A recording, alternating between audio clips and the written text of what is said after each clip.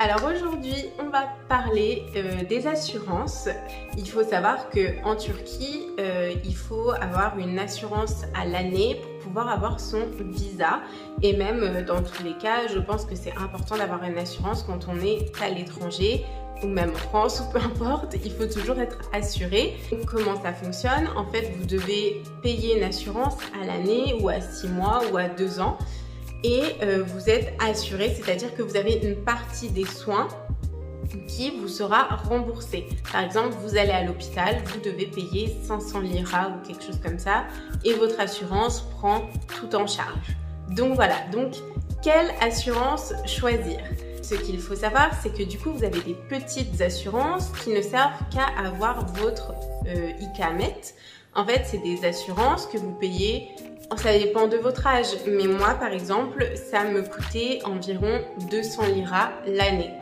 Donc c'est littéralement rien, mais ça me permettait d'avoir mon Ikamet. Je vous mettrai les liens et les noms des assurances, etc.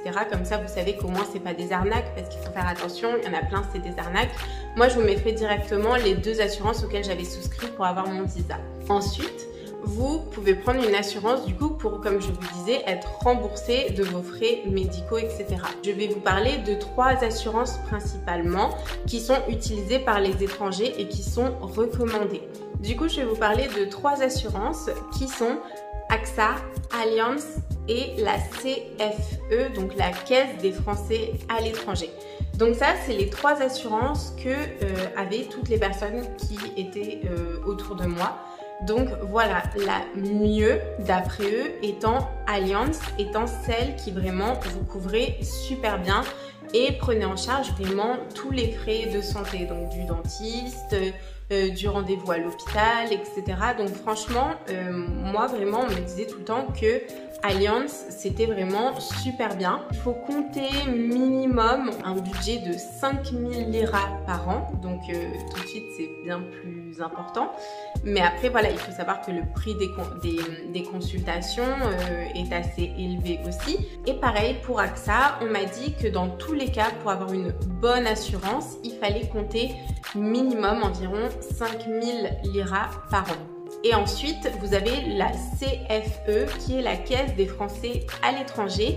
Elle, c'est donc pas quelque chose que vous payez en Turquie, c'est quelque chose à quoi vous souscrivez avant de partir et qui en fait vous coûte environ 40-50 € par mois et qui vous assure à l'étranger. En fait, en fonction de votre forfait, vous pouvez augmenter, mais vous avez le rapatriement inclus, etc.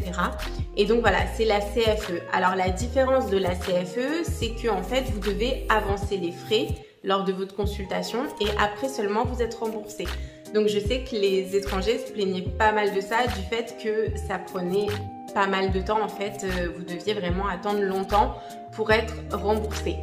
Donc voilà, il faut penser aussi que du coup ça dépend de votre salaire, ça dépend de si vous êtes payé en liras ou en euros, parce que du coup voilà, imaginez lorsque la lira chute, si vous avez toujours tous les mois 50 ou 100 € à la CFE et que la lira chute et que vous êtes payé en liras, tous les mois ça va vous coûter un peu plus cher en fait votre assurance, alors que si vous payez vos 5000 liras à l'année, on va dire que vous êtes déjà remboursé d'office lors des consultations.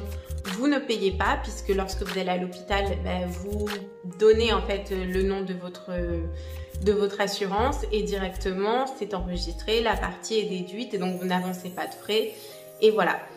Donc voilà, c'était les assurances en Turquie. Dites-moi si vous en utilisez d'autres, si vous les avez utilisées. Dites-moi en commentaire ce que vous en avez pensé. Et voilà, sur ce, je vous laisse et je vous dis à très bientôt pour de nouvelles vidéos.